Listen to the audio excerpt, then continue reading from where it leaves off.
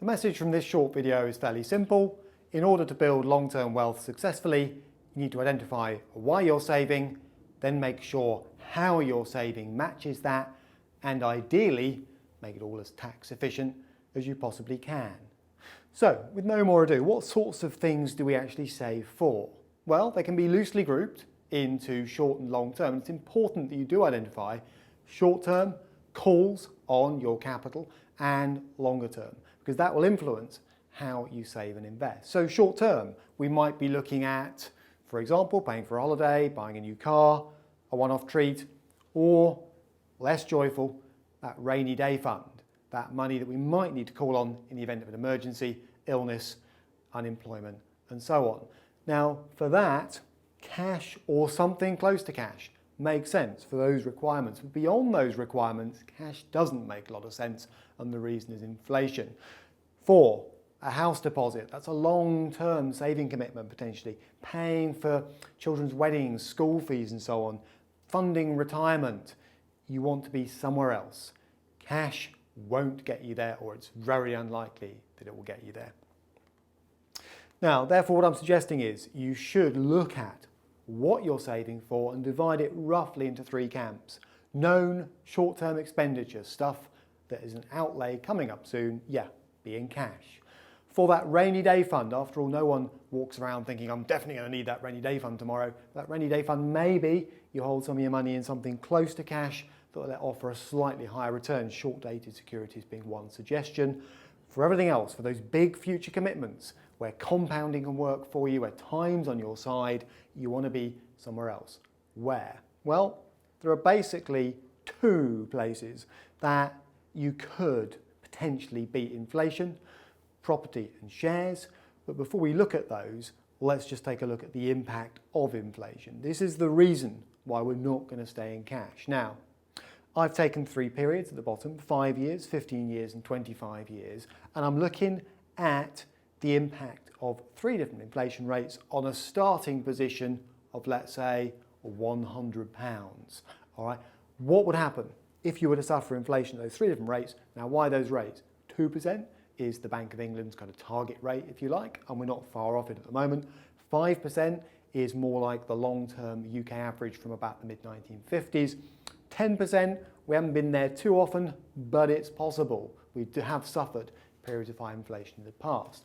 Now, from your starting point of 100, what would a rate of 2% do over just 5 years? And the answer is it's already eating into the purchasing power of that £100. Remember, the £100 will look the same, but it won't buy as much. Over 15 years, the effect's more dramatic, and over 25 years, a rate of just 2%. A lot of people say 2% is hardly anything, but over 25 years, you're looking at a position where you've only got 60% of your opening capital left in real purchasing power terms. And that's pretty bad news, but the bad news increases if we up the rate to 5%. Now look at what's happening to the green bars in this case: 5 years, 15 years and 25 years. After 25 years, you're down to around 1/3 of your original purchasing power. And finally, 10%. All right, slightly scary rate, but it has happened in the past. At 10%, after just 5 years, you're down to only 60p in every pound. 15 years, it's worse, and after 25 years, your £100 has almost been wiped out. If you're thinking, well, 25 years is such a long time, well, don't think 25 years is such a long time. It's a period that most of us should be thinking over. If you are in your 40s today, you'll probably be working till 70, maybe longer, and you could expect to live to 90 plus. Girls being born today, on some estimates in some parts of the country, will live on average to 100 or more. So these are not unrealistic timescales. 25, 30, even 40 years are the sorts of periods you should be looking to invest and save over. Now, where am I going to get real returns, inflation beating returns? The answer is property is one option, shares is another. Now, this is a very quick side-by-side comparison. At the end of this presentation, I'll show you 2 places to go for more detail on both sides of this slide. To keep it quick here, owning your own main home makes sense. You get a capital gains tax exemption on it. Okay, psychologically, a lot of people like to own their own home. It gives you that sense of security. And also financially, it can make sense given what can sometimes happen to property prices in the UK with that tax break. But beyond owning your main home, maybe helping out your children, possibly if you're lucky enough owning a holiday home. In other words, beyond assets you can actually enjoy and use, buy to let is not for everyone. It's fraught with difficulties, and people make the mistake of thinking it's just like owning your own home again. No, it isn't. You lose the capital gains tax break, for example. You'll pay higher mortgage rates. You'll suffer all sorts of extra costs to do running the property, health and safety, gas certificates, all the rest of it. You might have void periods. Tenants will trash a buy-to-let property, they won't trash your home, and so on. There are plenty of reasons why property can look tempting based on recent price gains, but is definitely not for everyone. Shares, on the other hand, are relatively simple to own and manage. They're relatively liquid, you can get in and out of them fairly quickly, and perhaps most importantly, look at those real returns. From the Barclays Equity Gilt study from the early 1950s, shares have offered a real return close to 7%, and property can't match that. All right? And if you're thinking, well, what about gearing up with a mortgage? Well, comparing apples with apples, we're not gearing our share portfolios, we're not gearing our property either. All right? So long-term returns from shares can be good. Short-term volatility is what puts people off.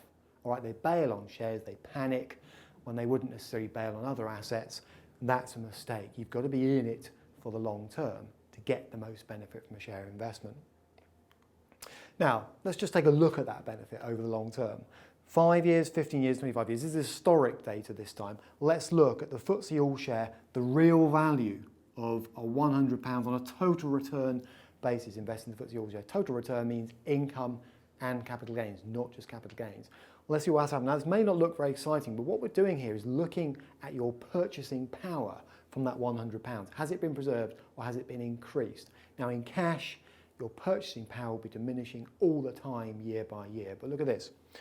Over 5 years and over 15 years, now in there, if you're wondering about the dip, you've got the credit crisis, which temporarily did take shares right down. Okay, subsequently they've recovered, and over 25 years. Now, what is this showing you?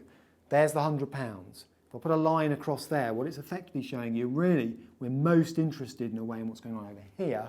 What it's showing you is that in all three cases, even in that period there, the 15-year period that includes the credit crisis, your purchasing power has not just been maintained in shares, it's increased. And over 25 years, it's increased a lot.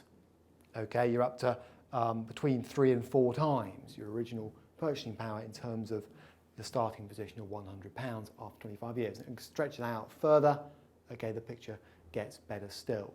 And that's the point. Stay in cash, you're losing purchasing power. In shares, you've got a chance of not only maintaining it, but actually increasing it meaningfully. Now, the best way to invest in something like shares is tax efficiently, obviously. Why pay more tax than you have to? And that's where individual savings accounts come in, all right? No further income or capital gains tax, and great investment choice and flexibility. So as well as making sure you allocate your savings to the right home, make sure you're doing it as tax efficiently as possible as you go along. In other videos, I address ISAs in more detail. Now, I did mention there are other videos that will give you more background on some of the points I've mentioned here. The pros and cons of property is available at killickexplains.com. Why buy shares is good background if you found one of my slides a bit quick there. And for any email queries or questions, do use the usual address, editor@killick.com.